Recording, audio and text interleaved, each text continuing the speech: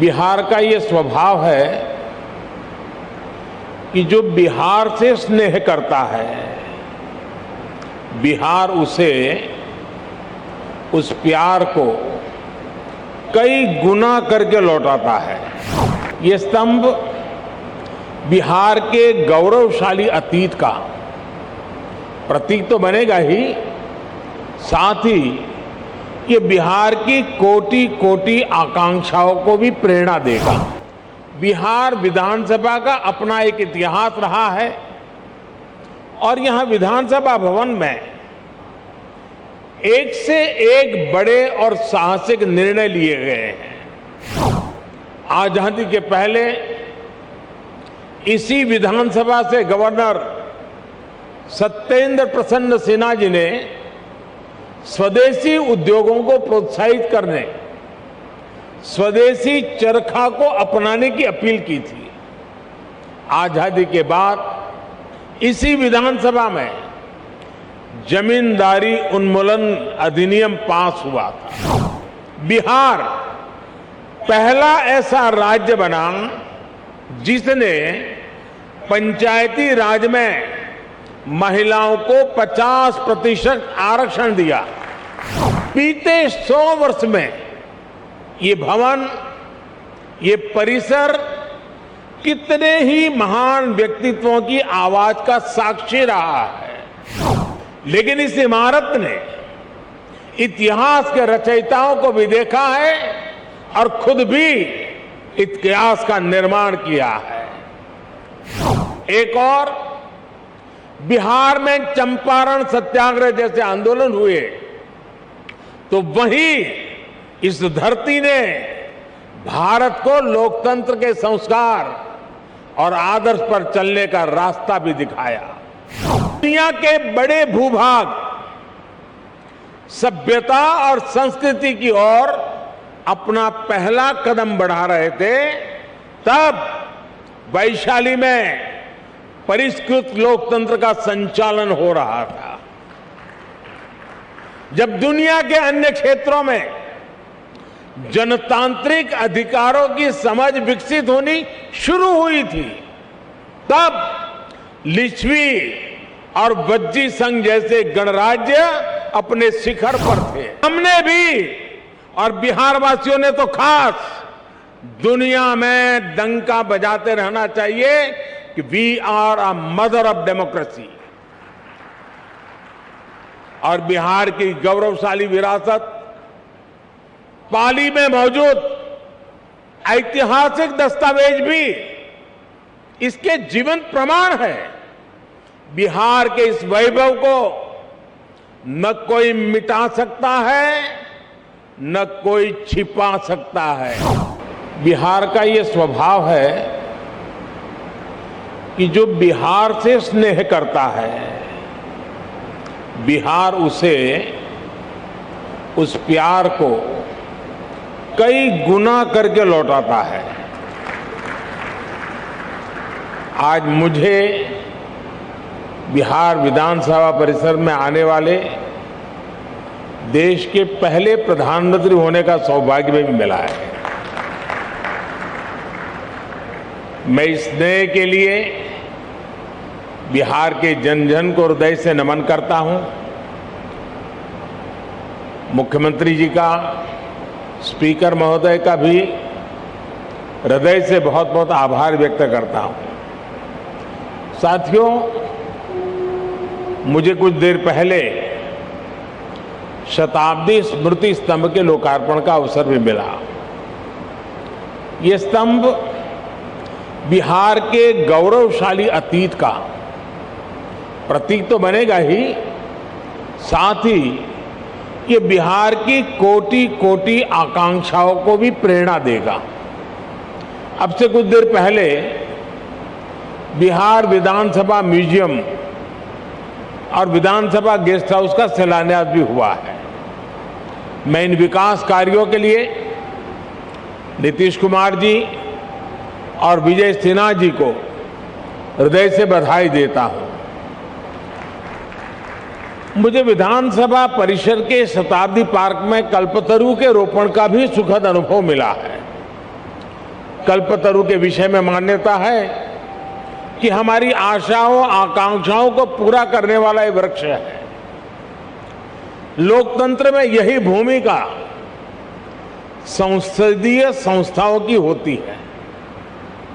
मैं आशा करता हूं कि बिहार विधानसभा अपनी इस भूमिका को इसी निरंतरता के साथ निभाती रहेगी, बिहार और देश के विकास में अपना अमूल्य योगदान देती रहेगी।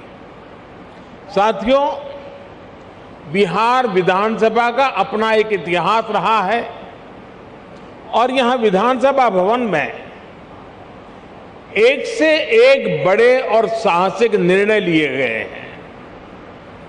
आजादी के पहले इसी विधानसभा से गवर्नर सत्येंद्र प्रसन्न सिन्हा जी ने स्वदेशी उद्योगों को प्रोत्साहित करने, स्वदेशी चरखा को अपनाने की अपील की थी।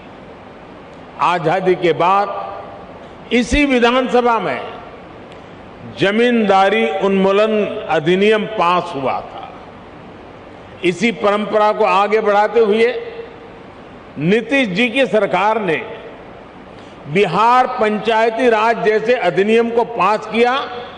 इस अधिनियम के जरिए बिहार पहला ऐसा राज्य बना जिसने पंचायती राज में महिलाओं को 50% आरक्षण दिया।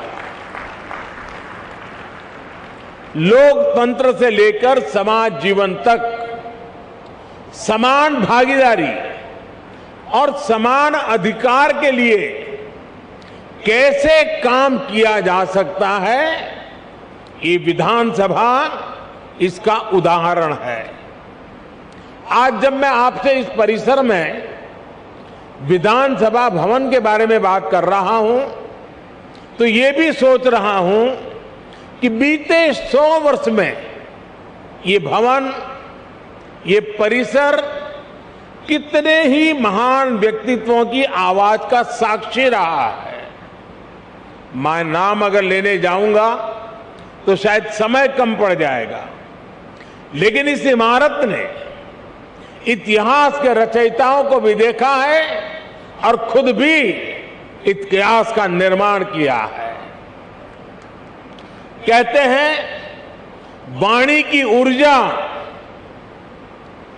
कभी भी समाप्त नहीं होती। इस ऐतिहासिक भवन में कही गई बातें, बिहार के उत्थान से जुड़े संकल्प एक ऊर्जा बनकर आज भी उपस्थिति है। आज भी वो वाणी, वो शब्द गूंज रहे हैं।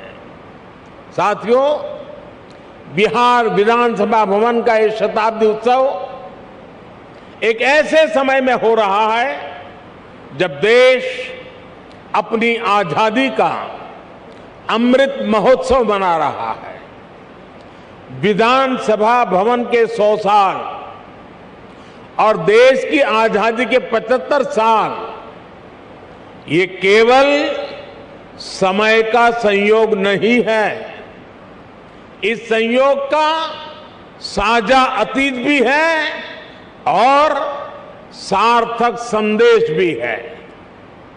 एक और, बिहार में चंपारण सत्याग्रह जैसे आंदोलन हुए तो वहीं इस धरती ने भारत को लोकतंत्र के संस्कार और आदर्श पर चलने का रास्ता भी दिखाया। दशकों से हम ये बताने की कोशिश होती रही है कि भारत को लोकतंत्र विदेशी हुकूमत और विदेशी सोच के कारण मिला है। और हमारे लोग भी कभी कभी ये बातें बोलते हैं, लेकिन कोई भी व्यक्ति जब ये कहता है तो वो बिहार के इतिहास और बिहार की विरासत पर पर्दा डालने की कोशिश करता है। जब दुनिया के बड़े भूभाग सभ्यता और संस्कृति की ओर अपना पहला कदम बढ़ा रहे थे, तब वैशाली में परिष्कृत लोकतंत्र का संचालन हो रहा था। जब दुनिया के अन्य क्षेत्रों में जनतांत्रिक अधिकारों की समझ विकसित होनी शुरू हुई थी, तब लिच्छवी और वज्जी संघ जैसे गणराज्य अपने शिखर पर थे। साथियों, भारत में लोकतंत्र की अवधारणा उतनी ही प्राचीन है जितना प्राचीन ये राष्ट्र है, जितनी प्राचीन हमारी संस्कृति है। हजारों वर्ष पूर्व हमारे वेदों में कहा गया है, त्वाम विशो वृणताम, त्वाम विशो वृणताम राज्याय त्वाम मिमाहा प्रदिशः पंचदेवी। अर्थात राजा को सभी प्रजा मिलकर स्वयं चुने और विद्वानों की समितियां उसका निर्वाचन करें। ये वेद में कहा गया है, हजारों साल पूरे ग्रंथ में कहा गया है। आज भी हमारे संविधान में सांसदों, विधायकों का चयन, मुख्यमंत्री, प्रधानमंत्री, राष्ट्रपति का चयन इसी लोकतांत्रिक मूल्य पर टिका हुआ है। एक विचार के रूप में हमारे यहां लोकतंत्र इसलिए हजारों वर्षों से जीवित है क्योंकि भारत लोकतंत्र को समता और समानता का माध्यम मानता है। भारत सह अस्तित्व और सौहार्द के विचार में भरोसा करता है। हम सत्य में भरोसा करते हैं, सहकार में भरोसा करते हैं, सामंजस्य में भरोसा करते हैं और समाज की संगठित शक्ति में भरोसा करते हैं। इसलिए हमारे वेदों ने हमें यह भी मंत्र दिया है, संगच्छध्वम संवदध्वम संवो मनासि जानताम। अर्थात हम मिलकर चले, मिलकर बोले, वो एक दूसरे के मनों को, एक दूसरे के विचारों को जाने और समझे। इसी वेद मंत्र में आगे कहा गया है, समानो मंत्र समिति समानी समानम मनः सहचित्तमेशम। अर्थात हम मिलकर समान विचार करें, हमारी समितियां, हमारी सभाएं और सदन कल्याण भाव के लिए समान विचार वाले हो और हमारे हृदय भी समान हो। हृदय से लोकतंत्र को स्वीकार करने की ऐसी विराट भावना एक राष्ट्र के रूप में भारत ही प्रस्तुत कर सकता है।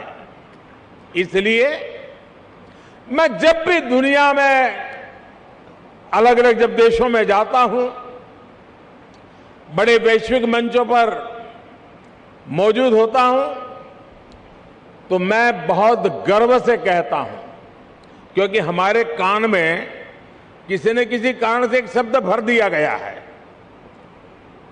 हमारी मन की रचना को एक जगह पे स्थगित कर दिया गया है।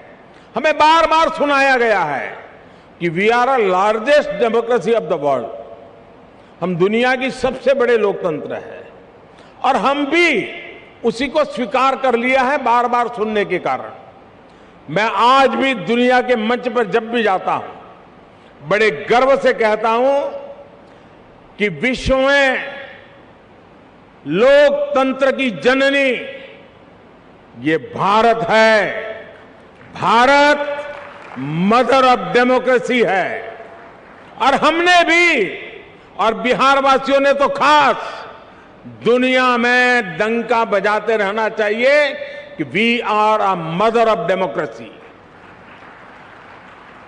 और बिहार की गौरवशाली विरासत पाली में मौजूद ऐतिहासिक दस्तावेज भी इसके जीवंत प्रमाण है। बिहार के इस वैभव को न कोई मिटा सकता है, न कोई छिपा सकता है।